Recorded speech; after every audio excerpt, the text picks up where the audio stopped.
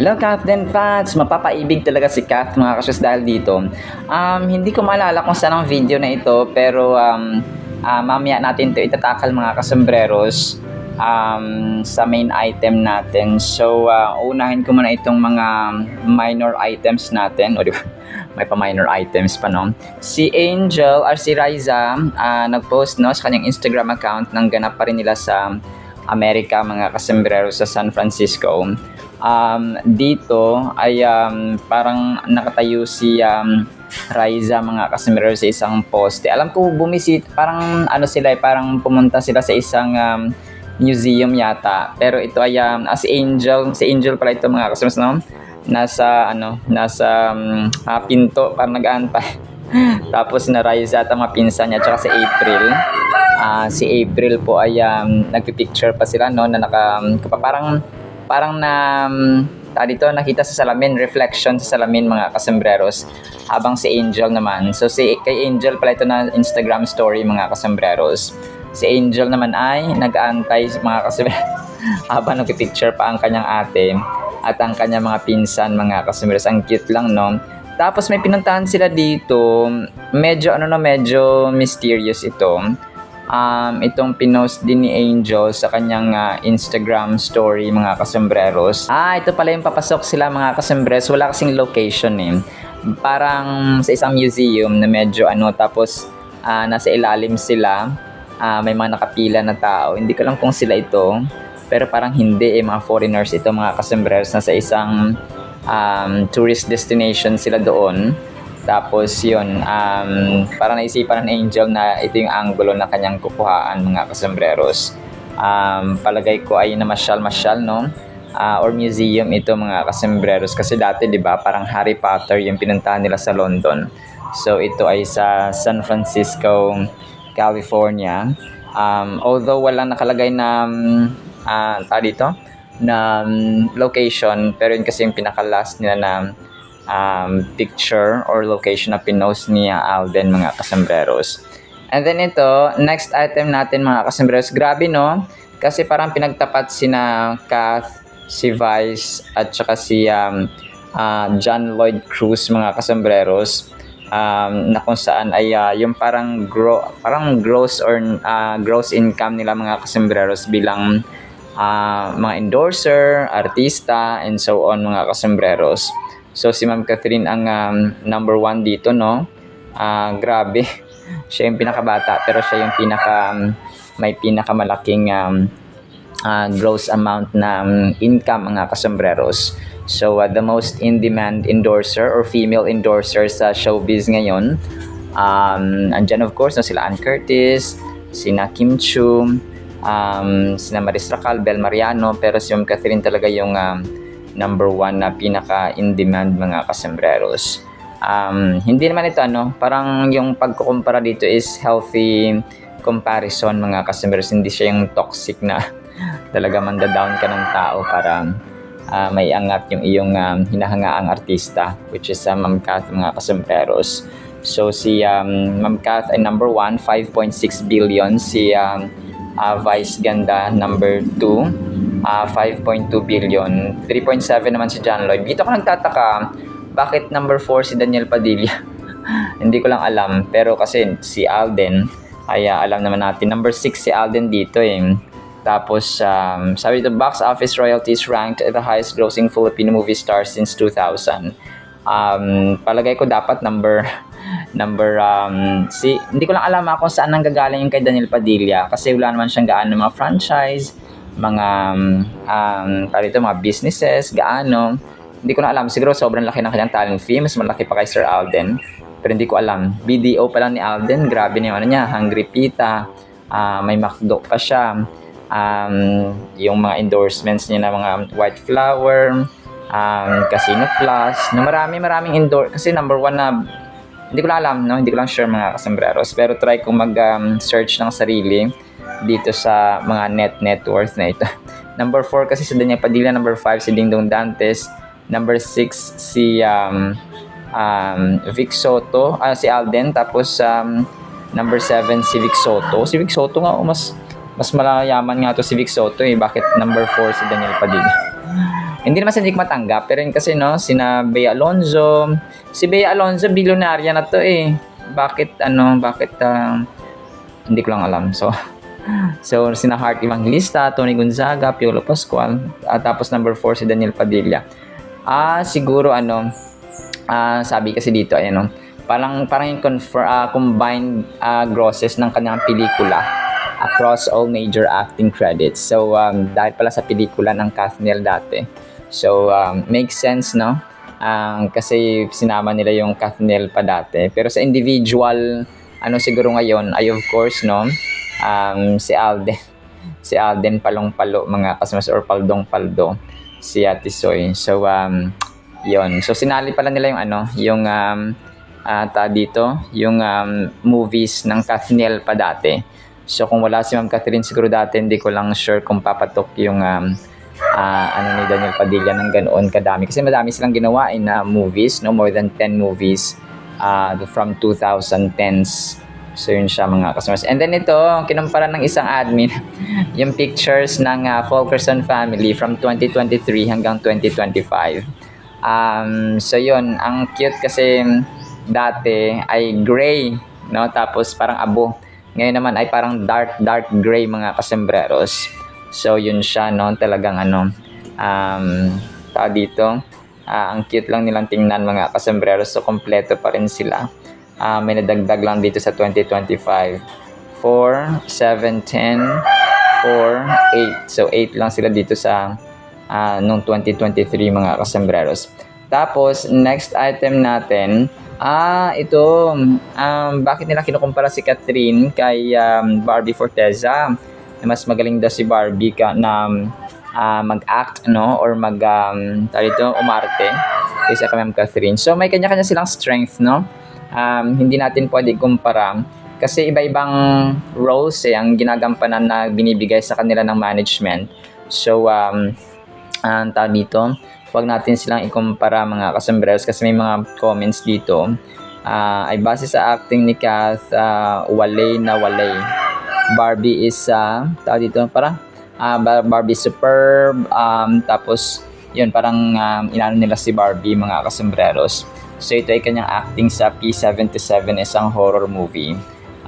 Barbie Forteza in her most durog era, at ang multo ng P77 na bitbit paglabas ng sinehan. So pero natin silang kumpara, no, because they're friends as well. Ma'am Barbie Forteza is such a nice person. Kala mo talaga na nakasama ko, no. Pero according yan sa syempre, may mga records naman tayo na nung time na umiyak si Ma'am Barbie. Basta no, ang bait din ni Ma'am Barbie mga kasembreros, and best friend ito ni Alden Richards no. Kalog-kalog, and then sobrang bait niya mga kasembreros. Tapos ito, next item natin, dito parang yung pagbabago daw ng mga artista kasama si Catherine, si Phenomenal Box Office Cinema Queen, the future Mrs. Fulkerson. Mrs. Fulkerson. Yung binago daw, sabi dito kay Daniel Padilla, mula pa cool naging tahimik. James Reid, biglang naging low-key. Ito yung parang pagbabago na napansin ng netizens sa mga customers. Nadine Lustre, mas prangka, mas fearless. Yun yung kanyang pinagbago. Si Kath, mas private, bihira na mag-share. Tama, no? Napansin din ito ng netizens. So sabi ko na nga no, marami na nakapansin na kasi diba dati, party, parang nandun na sila sabi nga ni Ma'am Catherine, nagmamature na sila. Tapos yung kalusugan, kasi magte-30 na siya, no, according sa kanyang recent interview. So siguro na napag-isip-isip na niya kasi diba dati talagang malakas yung kanyang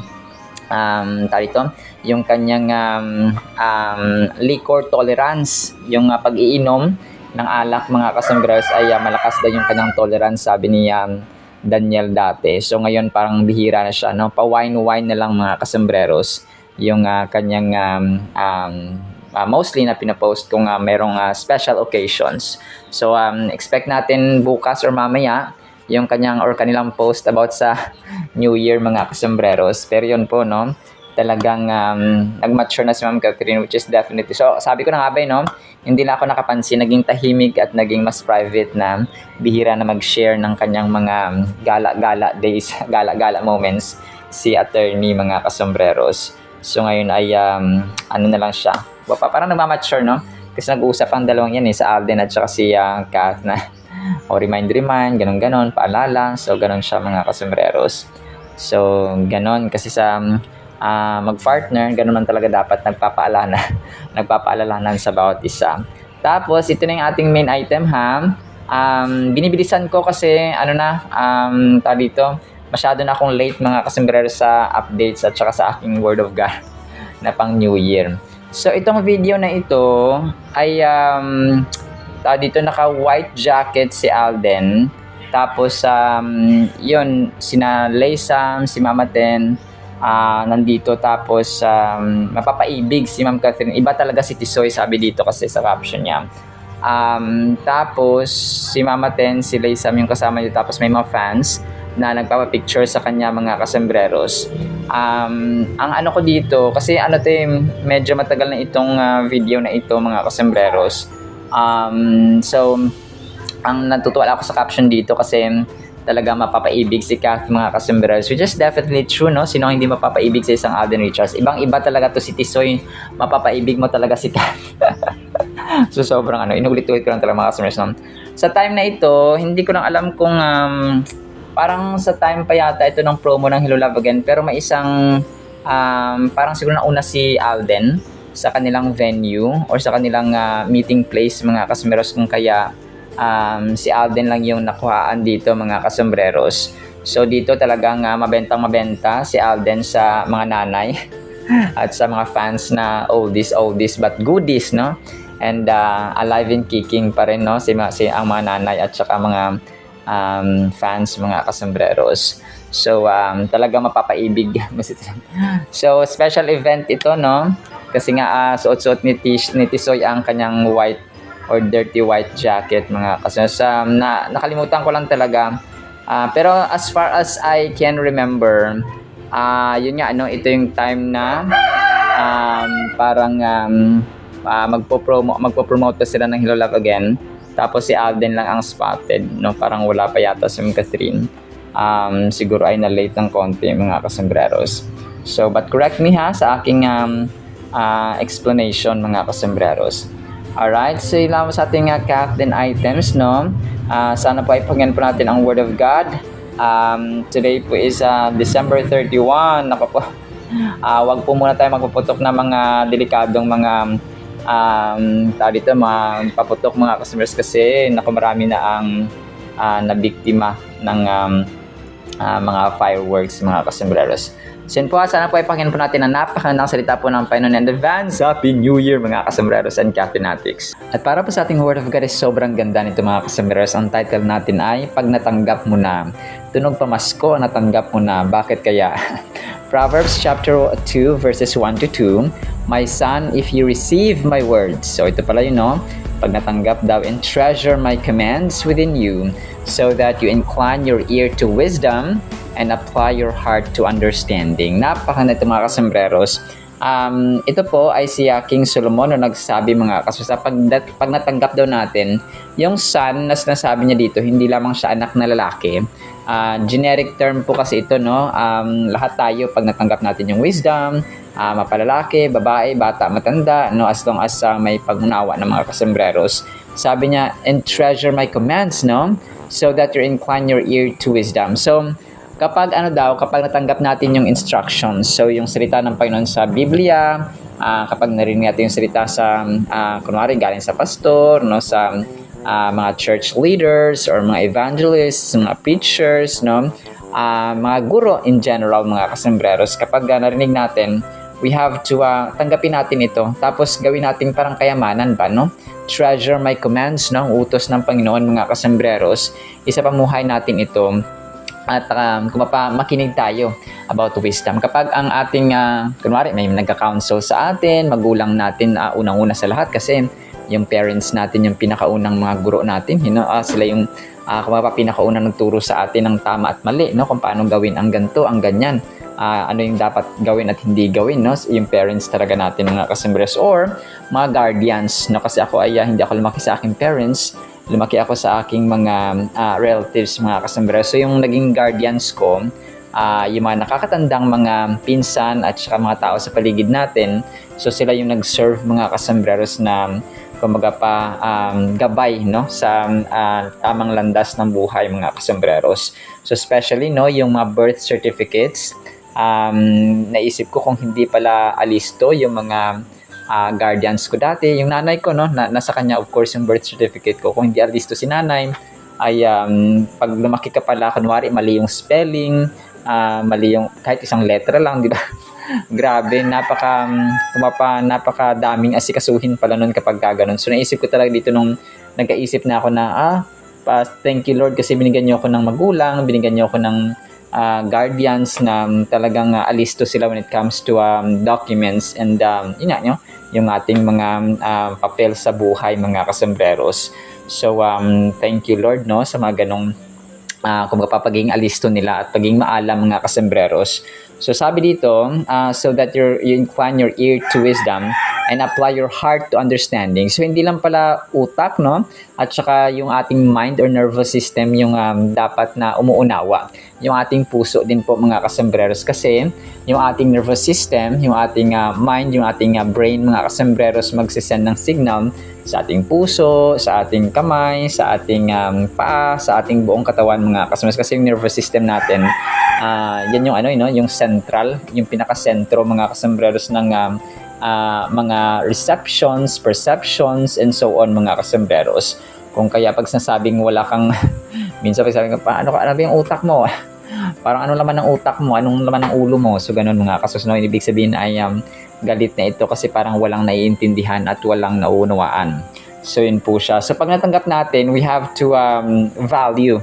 No, we have to put worth, mga kasombreros, sa wisdom, no, sa kaalaman, mga kasombreros.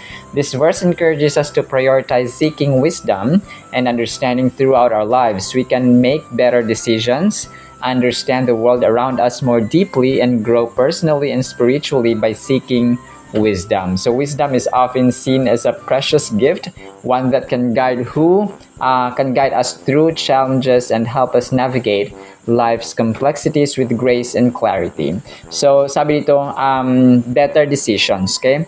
Nagkakaroon tayo ng better and more advantageous decisions, mga kasombreros, and choices kapag tayo po ay may wisdom, no? Kapag tayo po ay may kaalaman, mga kasombreros.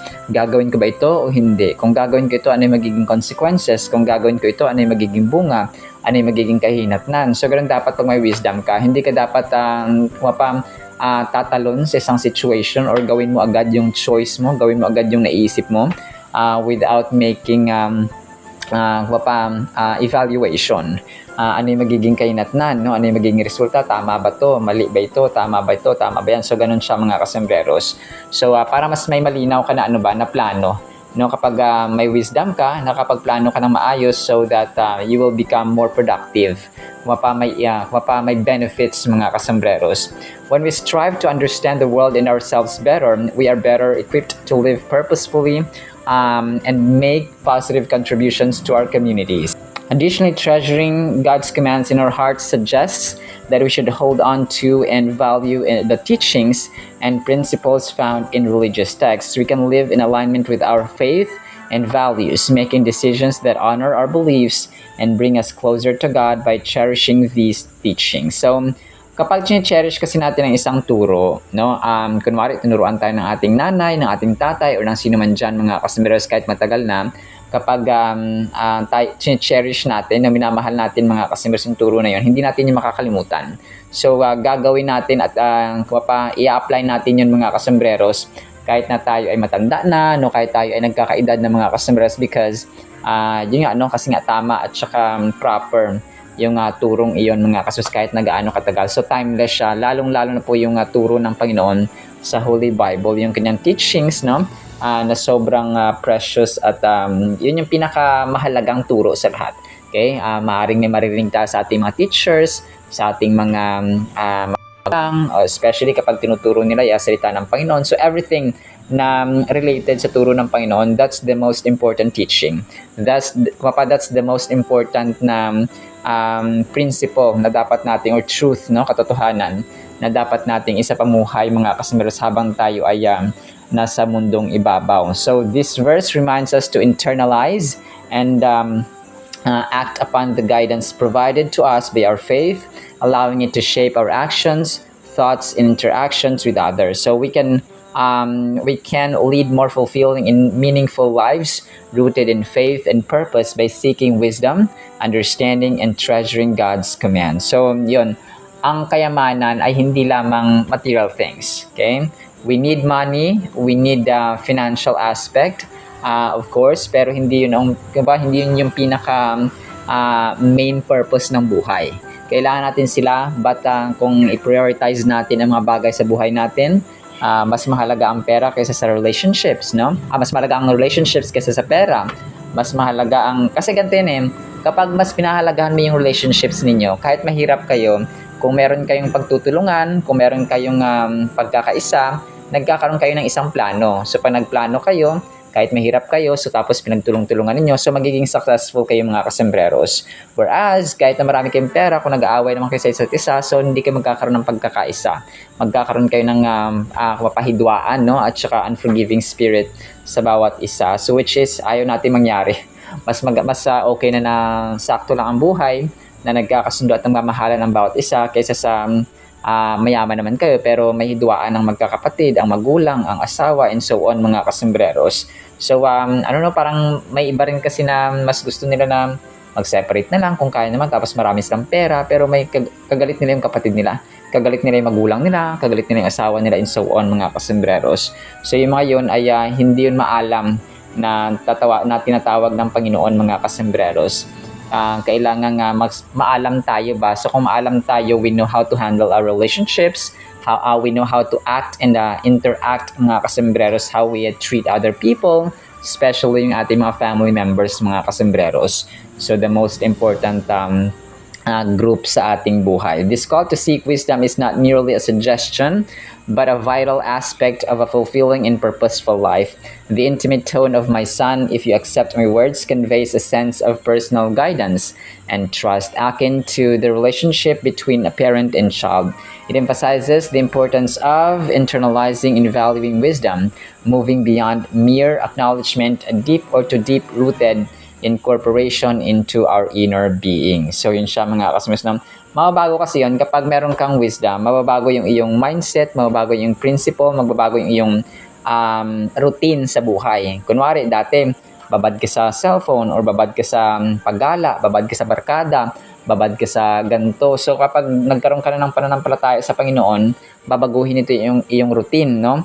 Maglalaan ka na ngayon ng panahon sa Biblia, maglalaan ka na ngayon ng, parang babaguhin ka niya. Yung dati mong routine, babaguhin yun so that ma-fix, magiging tama na yung mga priorities mo sa buhay. So yung mga list, number 1 priority, number 2 priority, number 3 priority, and so on mga kasembreros. So ganun po siya. So kung kaya the best po talaga na magbasa tayo ng salita ng Panginoon mga kasembreros, kasi doon magsisimula ang lahat-lahat na yung change, yung pagbabago ng buhay natin and maging ng ating pagtrato sa ating magulang. Sabi ng magulang mo, dati hindi ito mapagmahal yung anak ko, ngayon loving na siya. Dati hindi tumutulong to pero ngayon loving na siya tumutulong na siya because nabago nga ang salita ng Panginoon mga kasembreros. So ganun po ka-powerful ang kaalaman na nakukuha natin sa turo at salita ng Panginoon sa Biblia. Alright, so yun na sa ating Word of God ha. Pagpalaan po tayo ng pag-ibig, pananampalataya, pag-asa, at saka kaalaman kapag natanggap na natin ang instructions and turo ng Panginoon sa Biblia. In the mighty name of Jesus we pray. Amen and amen. See you sa next segment mga kasembreros. Paalam po.